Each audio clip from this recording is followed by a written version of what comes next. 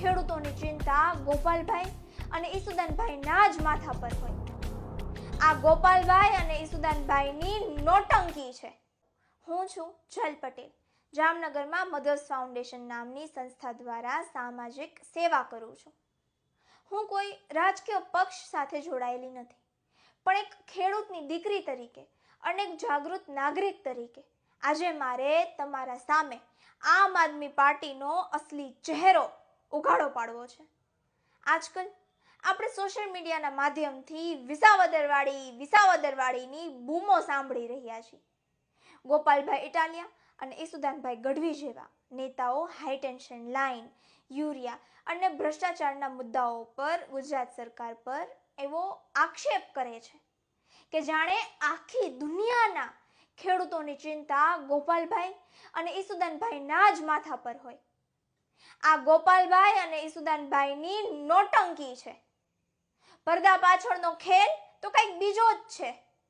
ગુજરાતમાં આમ આદમી પાર્ટી ખેડૂતોની મસીહા બનીને ફરે છે. એ જ આમ આદમી પાર્ટીનો પંજાબમાં જે અસલી ચહેરો છે એ જોશો તો આપણા શરીરના રૂવાડા ઊભા થઈ જશે. ગોપાલભાઈ કહે છે કે ગુજરાતમાં આમ આદમી પાર્ટીની સરકાર આવશે તો ખેડૂતોના સારા દિવસો આવશે. પણ મારે ગોપાલભાઈને પૂછવું છે, પંજાબમાં છેલ્લા 4 વર્ષથી આમ આદમી પાર્ટીની સરકાર છે તો પંજાબમાં ખેડૂતોના સારા દિવસો કેમ ન આવ્યા? પંજાબમાં ગુરદાસપુર જિલ્લાના ઘણા ગામોમાં તારીખ 11 માર્ચ 2025ના મંગળવારના રોજ જે ઘટના બની તે ઘટના વિશે પણ ગુજરાતની જનતાને જણાવો. ખાલી વિસાવદરવાળીની બૂમો ન પાડો. જ્યારે ખેડૂતો હાઈ ટેન્શન લાઇન અને જમીન સંપાદન વિરુદ્ધ વળતર માંગતા હતા ત્યારે પંજાબની પોલીસે ખેડૂતોને ઢસડીને માર્યા છે. પંજાબમાં સરદારજીની પાઘડી ઉતારવી એટલે એમનું ગળું કાપવા બરાબર છે. પણ પંજાબની પોલીસે આ સરદારજી ખેડૂત ભાઈઓની પાઘડીઓ પણ ઉતારી અને તેને રોડ પર ફેંકી દીધી. ગુજરાતમાં ગોપાલભાઈ વિરોધ કરે છે અને પંજાબમાં જ્યાં આમ આદમી પાર્ટીની સરકાર છે ત્યાંની પોલીસ ખેડૂતોના હાડકાં ભાંગી નાખે છે. તેનો જવાબદાર કોણ છે? હમણાં જ પંજાબમાં એક 16 વર્ષના નિર્દોષ છોકરાને પોલીસ કસ્ટડીમાં મારી નાખવામાં આવ્યો છે. પંજાબમાં ખુલ્લેઆમ અફીમ વેચાય છે અને ભ્રષ્ટાચારનો અડ્ડો બની ગયો છે. પંજાબના લોકો આજે આમ આદમી પાર્ટીને વોટ આપીને પછતાઈ રહ્યા છે. હવે હું સૌથી મોટો ખુલાસો કરીશ. આ આમ આદમી પાર્ટી ખેડૂતોની નથી પણ મોટી કંપનીઓની દલાલ છે. જામનગરના જામજોધપુર તાલુકામાં 18,750 વીઘા સરકારી ખરાબાની જમીન ગુજરાત સરકારે રિલાયન્સ કંપનીને પધરાવી દીધી. ત્યાંના ધારાસભ્ય કોણ છે? આમ આદમી પાર્ટીના હેમંતભાઈ ખવા. ગુજરાતમાં આમ આદમી પાર્ટીના કરતા હરતા કોણ? તો કે ગોપાલભાઈ ઇટાલિયા. મારે આ બંનેને પ્રશ્ન પૂછવો છે કે તમે ખેડૂતોના નામે આટલી બૂમો પાડો છો તો રિલાયન્સ સામે કેમ તમારું મોઢું સિવાઈ ગયું છે? તમે કેમ એક શબ્દ પણ નથી બોલી શકતા?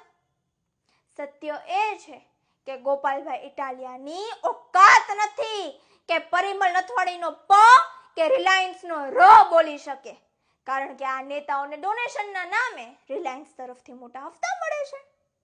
રિલાયન્સ કંપની દ્વારા જે ખેડૂતોની જમીન છીનવવામાં આવી છે તેના પર આ નેતાઓ કેમ મૌન છે?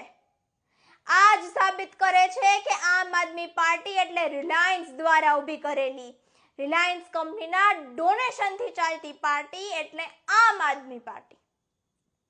ગોપાલભાઈ આરોગ્યની વાતો કરે છે.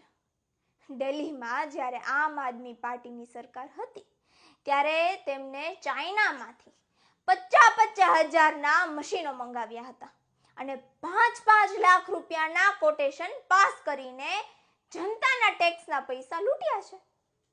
આમ આદમી પાર્ટી એટલે ભ્રષ્ટાચાર નાબૂદ કરવાની નહીં પણ ભ્રષ્ટાચારની નવી રીતો શોધવાની પાર્ટી. ગુજરાતના ભોળા ખેડૂતો ગોપાલભાઈ ઇટાલિયાની વાતોમાં આવીને તમારું અને તમારા બાળકોનું ભવિષ્ય જોખમમાં ન મૂકતા અત્યારે એઆઈ અને ચેટ જીપીટીનો જમાનો છે. તમે ખુદ એઆઈને પૂછો કે પંજાબમાં ખેડૂતો પર કેવા અત્યાચાર થઈ રહ્યા છે. એઆઈ તમને આખી વિગતો આપશે. તેની એઆઈ તમને ઓટોમેટિક બધી ડિટેલ્સ આપશે. તમને આખો રિપોર્ટ મળી જશે કે પંજાબના ખેડૂતો કેટલા ત્રાહિમામ પુકારી ચૂક્યા છે. તમે જ્યારે ગોપાલભાઈ ઇટાલિયાને મળો ત્યારે એમને આ 10 સવાલો જરૂર પૂછજો. પહેલો, પંજાબમાં હાઈ ટેન્શન લાઇનનો વિરોધ કરતા ખેડૂતોને તમારી પોલીસે ઢસડીને કેમ માર્યા? બીજો, પંજાબમાં આમ આદમી પાર્ટીની 4 વર્ષથી સરકાર છે, તો પંજાબમાં ખેડૂતોને મનગમતું વળતર આપતો કાયદો કેમ ના બનાવ્યો? ત્રીજો, જામજોધપુરમાં રિલાયન્સને આપેલી 18,750 વીઘા જમીન મુદ્દે હેમંતભાઈ ખવા અને ગોપાલભાઈ ઇટાલિયા કેમ ચૂપ છે? ચોથો, શું પરિમલ નથવાણી અને રિલાયન્સ પાસેથી મળતા હફતાને કારણે તમે એમનો વિરોધ નથી કરતા? પાંચમો, પંજાબમાં ખુલ્લે આમ વેચાતા નશા અને અફીમ સામે તમારી સરકાર શું કરી રહી છે? છઠ્ઠો, દિલ્હીમાં આરોગ્યના સાધનની ખરીદીમાં થયેલા કૌભાંડના પૈસા ક્યાં ગયા? સાતમો, તમે ગુજરાતમાં સ્માર્ટ મીટરનો વિરોધ કરો છો, તો પંજાબમાં સ્માર્ટ મીટર પર કેમ મૌન છો? આઠમો, પંજાબમાં ખેડૂતો આત્મહત્યા કરી રહ્યા છે, તો તમારી મસીહા હોવાની વાતો ક્યાં ગઈ? નવમો, શું આ વાત સાચી નથી કે આમ આદમી પાર્ટીના ગુજરાતના નેતાઓ રિલાયન્સના ઇશારે જ ખેડૂતોને ગેરમાર્ગ પર દોરી રહ્યા છે? મારો 10મો અને અંતિમ પ્રશ્ન, પંજાબના ખેડૂતો આજે આમ આદમી પાર્ટીથી કેમ ત્રાહિમામ પુકારી ચૂક્યા છે? શું તમે ગુજરાતમાં પણ પંજાબ જેવી અરાજકતા લાવવા માંગો છો? ખેડૂત ભાઈઓ, યાદ રાખજો, આમ આદમી પાર્ટીને વોટ આપવો એટલે સીધે સીધો રિલાયન્સ જેવી કંપનીઓની ગુલામી સ્વીકારવા બરાબર છે. અંતમાં હું મારા ગુજરાતના ખેડૂત ભાઈઓ અને બહેનોને વિનંતી કરું છું કે આમ આદમી પાર્ટીને વોટ આપવો જોઈએ નહીં, અને આમ આદમી પાર્ટીને વોટ આપીને તમારું અને તમારી પેઢીનું ભવિષ્ય જોખમમાં ન મૂકતા. આમ આદમી પાર્ટી ગુજરાતમાં વિપક્ષ તરીકે પણ ન હોવી જોઈએ. જય હિન્દ.